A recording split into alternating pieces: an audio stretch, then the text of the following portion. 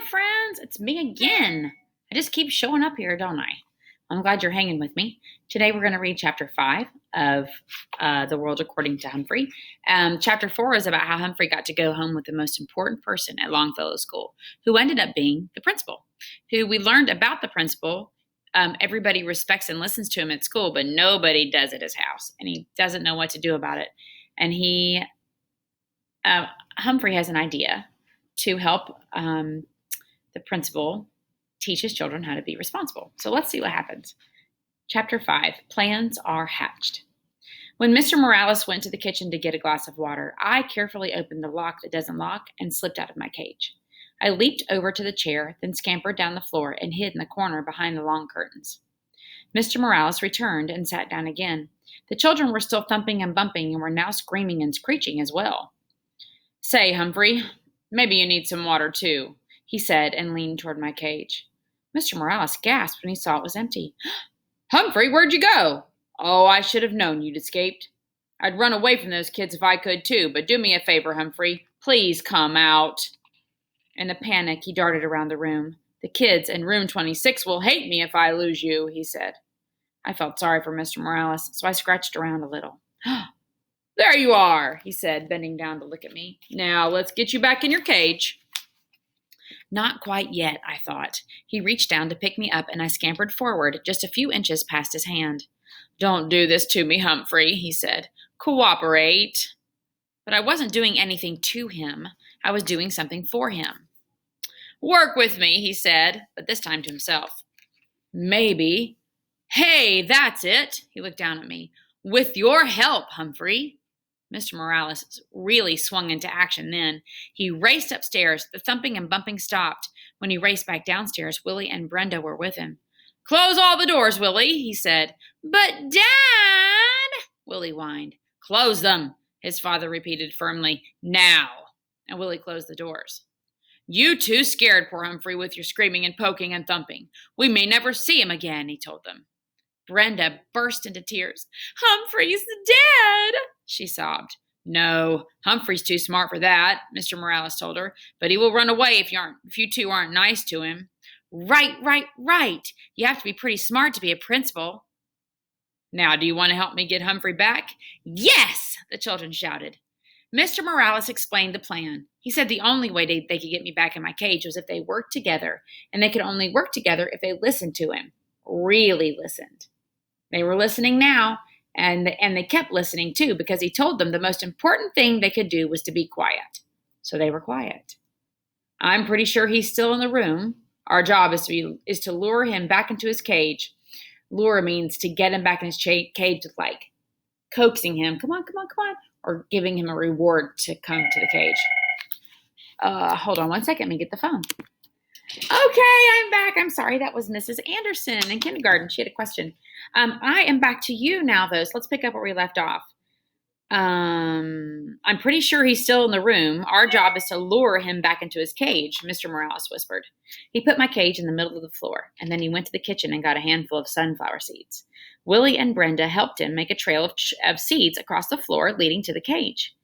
"Good," said Mr. Morales. "Now we have to be very, very quiet and wait for Humphrey to pick up the seeds. But if you say anything or even move, you might scare him."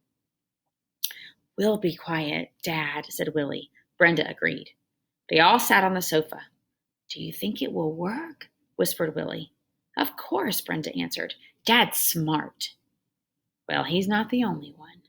I waited for a while. After all, the Morales children needed all the practice staying quiet as they could get. And when Willie got restless, I started skittering along the floor. "I hear him," said Brenda. "Shh," said Willie. I waited a few seconds more, then scrambled out of the corner and grabbed the closest seed. I could hear loud gasps from the children, but I pretended not to notice. I scurried toward the second seed. This plan Mr. Morales and I came up with was tasty, tasty, tasty. I could almost feel 3 pairs of eyes fixed on me, but I ignored them. I grabbed up the third and fourth seeds, hid them in my cheek pouch, and then stopped right outside the open door of my cage. Inside, Mr. Morales had left a lovely pile of sunflower seeds. It was nice to be free. But my cage was home after all. Besides, the day somebody fixes the lock that doesn't lock, I can get out whenever I want. The kids were still quiet, so I made a run for the cage. Mr. Morales quickly closed the door and the children began to cheer. "We did it!" said Brenda. "Dad's the smartest man in the world," said Willie. "Hey, you kids helped. When we cooperate and work together, we make a pretty good team," Mr. Morales told them. "Oh, lo muir," Willie agreed. "The best." Mr. Morales squatted down and winked at me. Of course, Humphrey helped too. I'll say.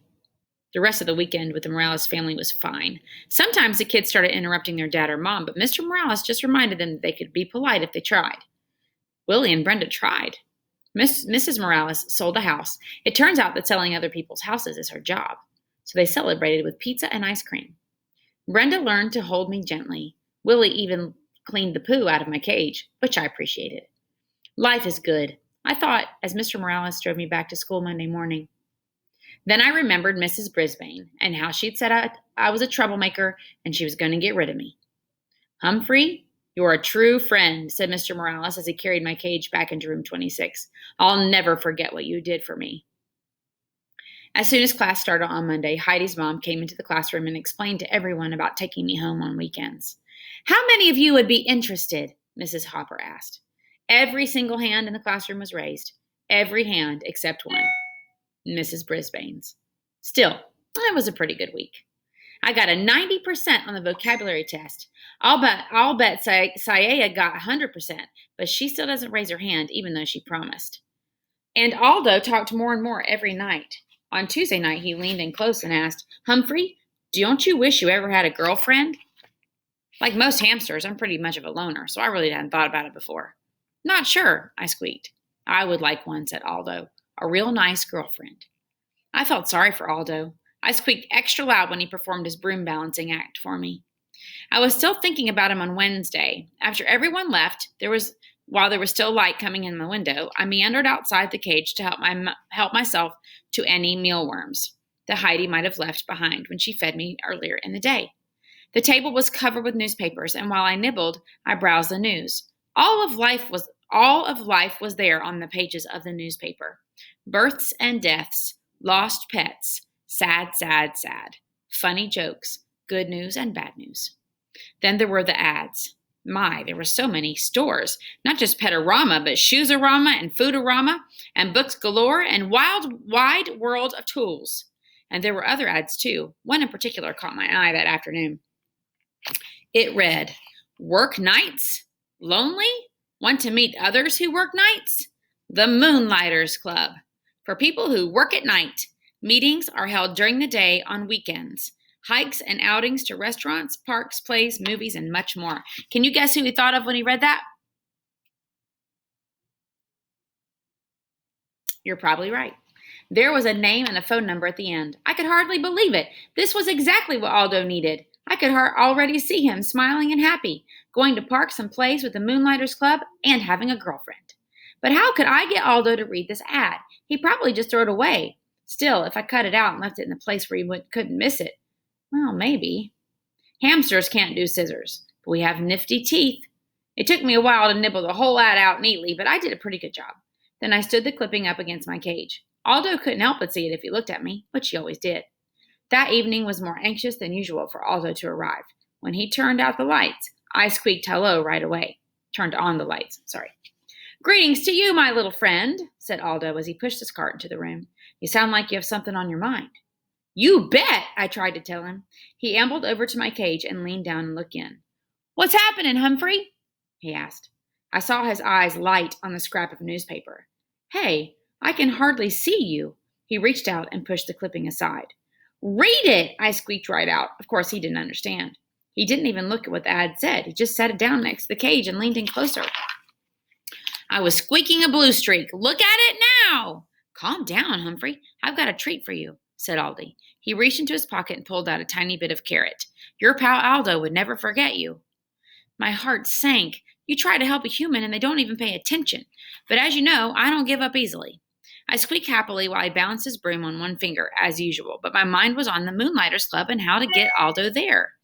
After he left, I scrambled out of my cage, picked up the newspaper clipping, and tucked it inside my notebook. Then I hid the notebook behind my mirror. If I didn't, somebody mean, like Miss Brisbane, might throw it away.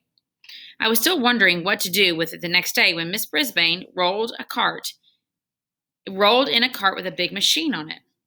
"This is the overhead projector," she told the class. "I'm going to use it for some map work."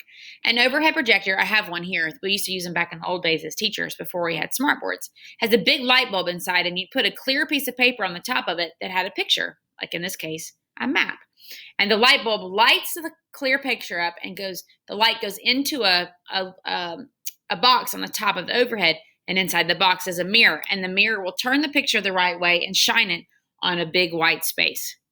And show what's on the lighted box will show up on the wall really big for everyone to see. That is what an overhead projector is.